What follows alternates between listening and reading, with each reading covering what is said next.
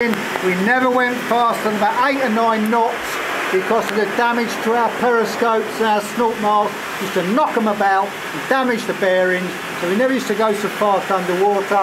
If we was running on electric motors only, we never used to go very fast generally to make the batteries last. We could go up to about 10 knots on the electric motors, but the batteries wouldn't last very long. But when we're doing about 10 knots, which is half speed, these engines running at about 280, 300 revs, we're burning 20 gallons of fuel per engine per hour, and if you want to boil that down, we do about 200 yards to the gallon. And we have a 10,000 mile range. We used to take 500 tons of diesel fuel with us, mainly stored in external fuel tanks, including number 4 main ballast, which is outside of us, and always seawater compensated. So as the fuel and water came in through one of these, separate them, water in the bilge, pump it over the side, diesel in the tank, and this is what they sounded like when you started them up and run them. There's the air going on now.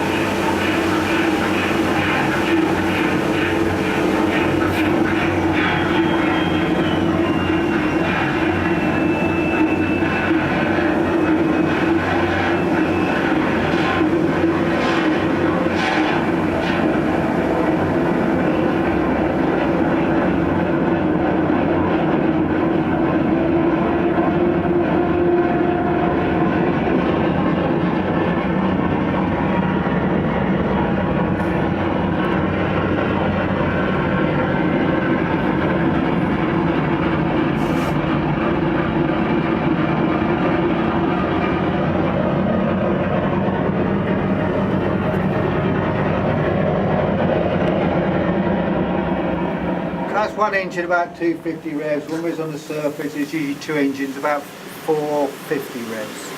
Okay, it's quite loud. The other end of this compartment, the motor room. That's where, when we're going along, we want to manoeuvre on our batteries or charge or anything to do with the electrical system. All controlled by one electrician when we're at sea normally, because there's only 3 of us, and when we're manoeuvring, there'll be 2 down there. Or when we're carrying out an attacks or whatever.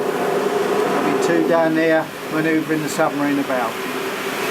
Okay, if we now work all the way down, go to the after ends, we'll do a scope. Okay? So you make your way down there, so I don't have to move.